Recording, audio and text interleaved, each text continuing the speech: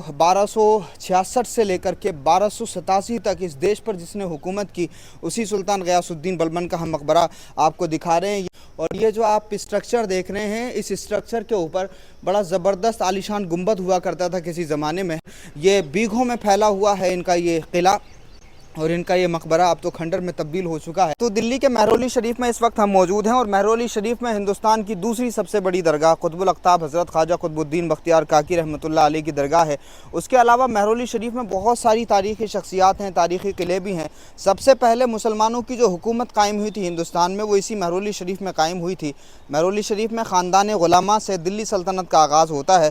दिल्ली सल्तनत के हुक्मरानों में एक अजीम हुक्मरान हुआ जिसको सुल्तान गयासुद्दीन बलबन के नाम से जाना जाता है।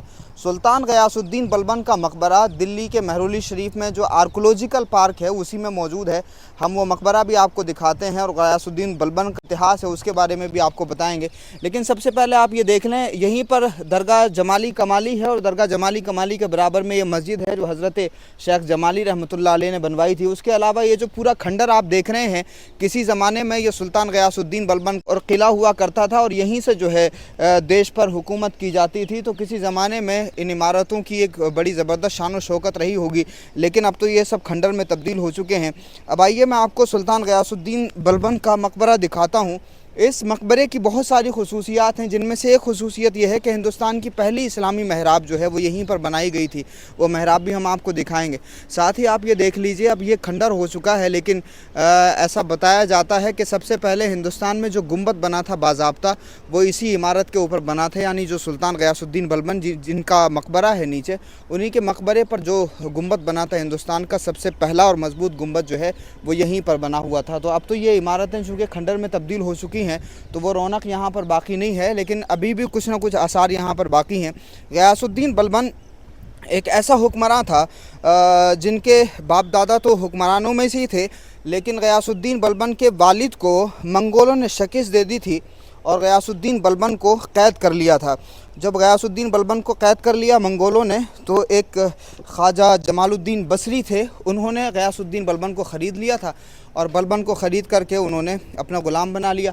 तो जब वो हिंदुस्तान आए गयासुद्दीन बलबन को लेकर के, तो सुल्तान शमसुद्दीन अल्तमश रहमतुल्लाह अलैह ने गयासुद्दीन बलबन को ख़रीद लिया था। और गयासुद्दीन बलबन को ज़िम्मेदारी मिली कि वो किले में, यानी सुल्तान शमसुद्दीन अल्तमश के यहाँ कुतुब मीनार के अंदर, वो सुबह और शाम पानी का छिड़काव करते थे, और जो जिसको हम कहते हैं ना सक्का, वो पानी की मशक लेकर के जो लोगों को पानी पिलाते हैं, तो ये काम गयासुद्दीन बलबन को दिया गया था। अब आप ज़रा सोचिए कि कितने निचले स्तर का काम दिया गया था गयासुद्दीन बलबन को, कि वो लोगों को पानी पिलाने का काम करते थे। तो यहाँ इस सतह से उठ कर के गयासुद्दीन बलबन अपने वक्त के अजीम सुल्तान बने, अपने वक्त के अजीम शहनशाह बने। तो 1266 से लेकर के 1287 तक इस देश पर जिसने हुकूमत की, उसी सुल्तान गयासुद्दीन बलबन का हम मकबरा आपको दिखा रहे हैं। ये गयासुद्दीन बलबन के बेटे की कब्र है।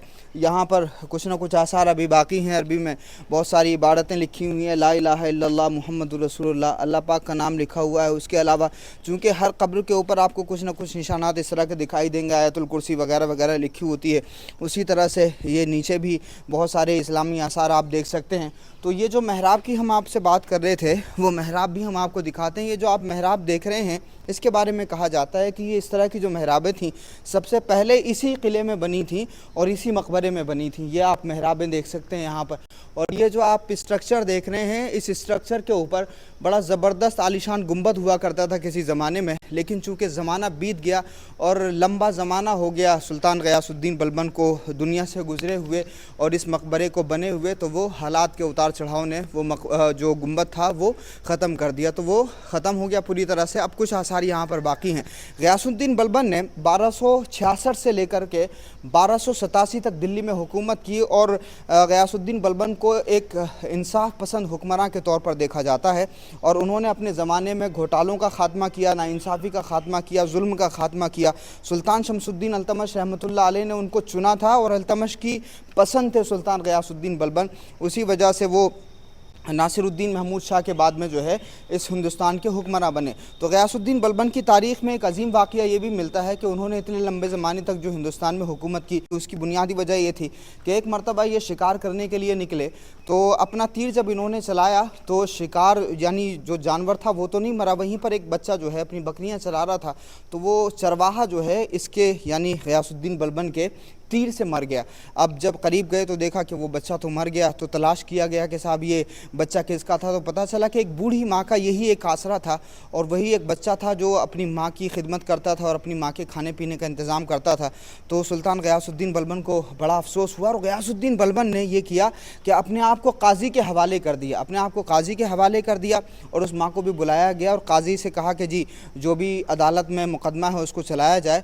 तो सुल्तान गयासुद्दीन बलबन खुद मुजरिम के कटहरे में खड़े हुए और काजी ने जो है उस लड़के की माँ से पूछा कि बताओ तुम क्या चाहती हो।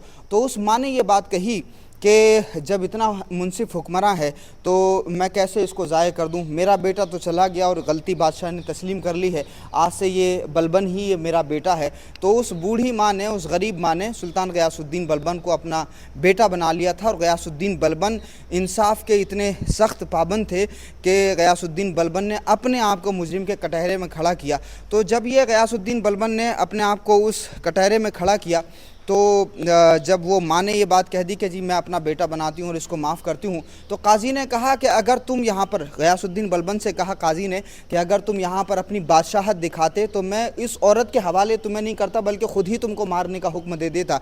इस पर बादशाह ने कहा कि अगर तुम ये हुक्म न लगाते और मुझे मुजरिम की तरह ट्रीट ना करते तो मेरी तलवार तुम्हारी गर्दन पर होती। तो आप अंदाज़ा लगाइए कि कितने इंसाफ पसंद हुक्मरान थे। और इसी इंसाफ पसंदी की वजह से सुल्तान गयासुद्दीन बलबन ने एक लंबे ज़माने तक जो है वो हिंदुस्तान में हुकूमत की।